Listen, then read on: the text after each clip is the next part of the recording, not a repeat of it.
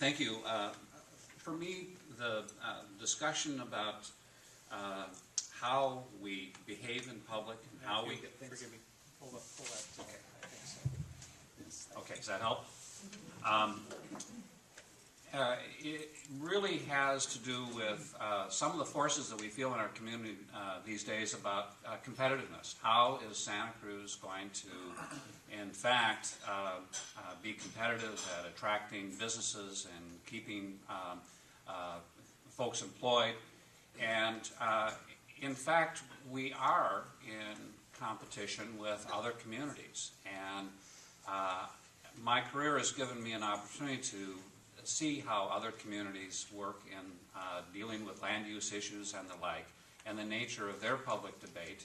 And while we're not the worst, there are other communities that have found a way to, in fact, engage in serious discussions about important issues of the day that affect their community, and quite frankly, do it with better style, more intelligence than we've managed to do sometimes in the past. And I think it's important for us to figure out how we can do this better, how we can, in fact, be more effective. And in part, I come to Alan's notion here that we also need to be able to do it faster. There is a real disconnect between the public sector and the private sector over the subject of time.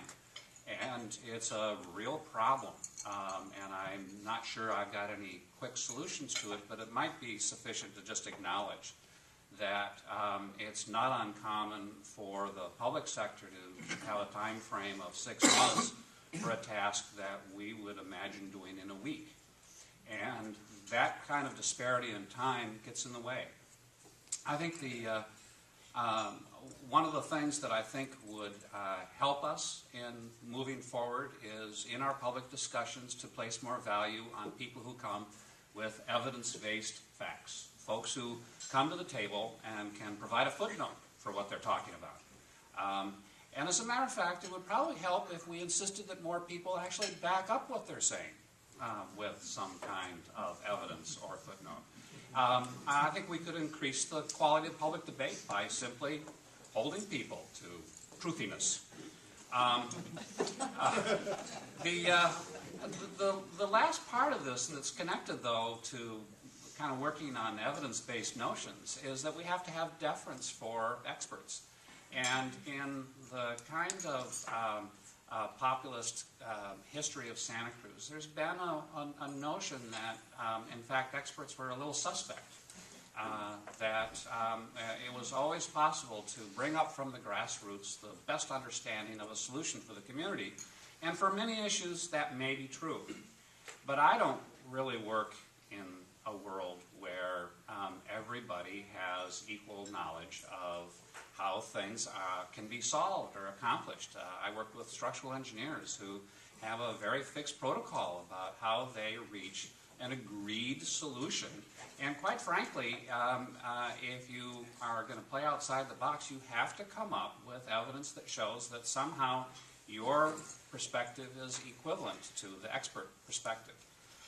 And there are a lot of professions that have built into the culture of their profession deference to the most effective expert opinion. And that would help our public discussions. They'd be a whole lot shorter if we just agreed that, in fact, there are some things that are simply true. There are many things for which there are consensus amongst professionals. And that we would do a lot better if we just acknowledge that at the beginning. And for the politicians, this may be a teaching moment. I love Obama's notion of a teaching moment. To look out to the public and say, you know, this is what we understand to be true. And while I respect your opinion, we need to go with what we can count on as factual.